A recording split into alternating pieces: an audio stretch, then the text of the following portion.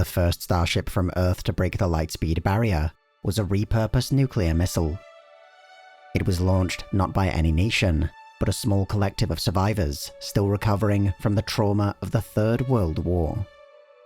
The circumstances behind the flight of the Phoenix were not unique to Earth, but repeated across many worlds that would one day form a united federation of planets. They were primitive, haphazard, and sometimes dangerous attempts made with whatever rudimentary technology was available. But centuries of progress and experience have consigned starships like the Phoenix to history.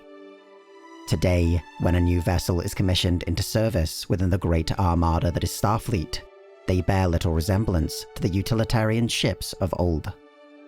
They are nothing less than works of art. In their design is expressed the character and ideals of the Federation itself: beauty without excess, boldness without arrogance, and grace without pride. Every Federation starship exhibits these ideals in their own way, but even within Starfleet, it is rare that they should come together so seamlessly as in the design of the Sovereign class. Majestic in both its simplicity and grandeur, the Sovereign class nevertheless was designed to fulfill the same essential mission as the very first Federation starships: to seek out new life and new civilizations.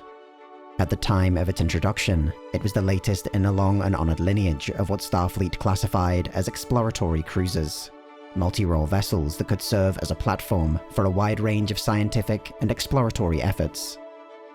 Secondary roles included deep space defense and deterrence, tactical support during armed conflict or emergencies, and the ability to project the full extent of the Federation's cultural, scientific, diplomatic, or military power.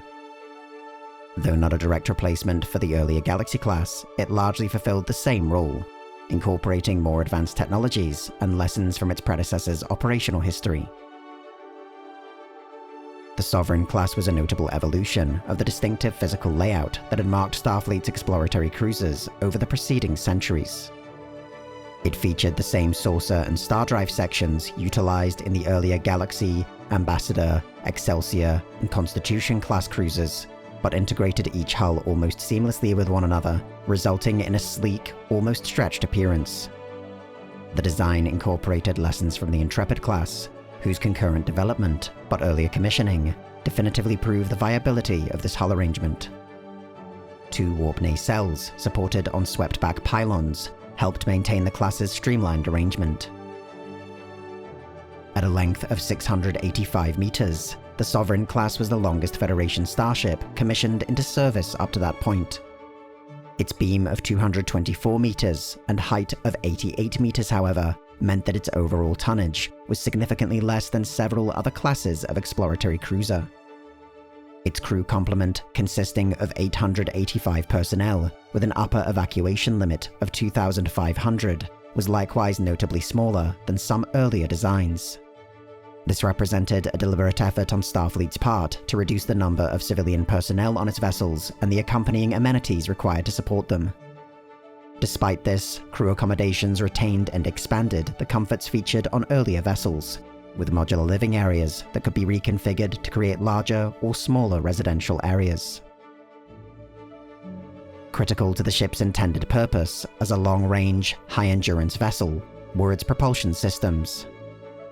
Its warp core was capable of a speed of warp 9.995, though an upper limit of warp 8 was maintained in non-emergency situations. Impulse power was provided by 2 engines affixed to the rear of the saucer section, while thruster groups distributed across the hull formed a highly effective reaction control system. The tactical systems of the Sovereign class were extensive and reflected the vessel's increased emphasis on the suppression of rival combatants.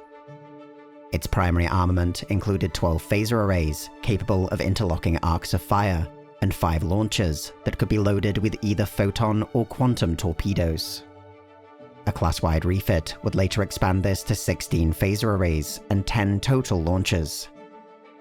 Defensive systems included the latest generation of deflector shields, with ablative armor forming another layer of protection in the event of a shield failure. The Sovereign class also maintained a small fleet of auxiliary spacecraft. These were mainly runabouts and shuttlecraft housed in 2 hangar bays, located on the dorsal stern of the primary hull and the aft of the star drive section, respectively. A larger craft, referred to as the captain's yacht, and designed for special diplomatic missions, was additionally housed in an integrated docking berth on the ventral hull of the ship's saucer section. Initial design studies for what would become the Sovereign class were conducted immediately after the disastrous Battle of Wolf 359, in which a single Borg cube decisively defeated an assembled task force of 39 Starfleet vessels.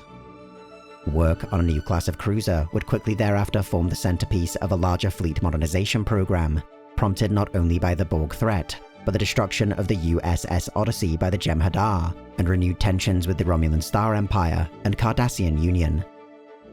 The first starships of the class entered service in the early 2370s, having been constructed in the San Francisco fleet yards. After initial shakedown deployments to the borders of Federation space, the Sovereign class saw its first major engagement during the Borg incursion into Sector 001. The late arrival of the USS Enterprise proved to be the turning point of the battle, taking command of the remaining Federation fleet, leading the attack on the Borg cube, and ultimately preventing the assimilation of Earth itself. Despite this initial success, Sovereign-class starships would not play a pivotal role in the subsequent Dominion War. Both their limited numbers and other intervening factors left them mainly relegated to diplomatic efforts.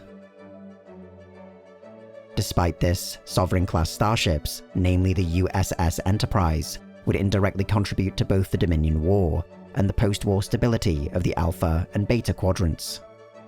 During an engagement in the Briar Patch, the efforts of the Sonor, a recently inducted Dominion member and key contributor of their narcotic Ketracel White, were soundly defeated, preventing the further escalation of the conflict to that area of space. While the involvement of the Enterprise in an internal Romulan power struggle would further strengthen Romulan and Federation relations. At the dawn of the 25th century, the Sovereign class has become one of the most prevalent starships within Federation space. It is a key component of Starfleet strategy, and often the first class of starship to respond to any emergency. But most importantly, it has proven itself worthy of taking its place as one of the great exploratory cruisers. These starships and their crews have upheld the legacy of the very first vessels to enter the galactic stage, whose initial timid efforts would lead to the formation of the greatest interplanetary alliance in human history.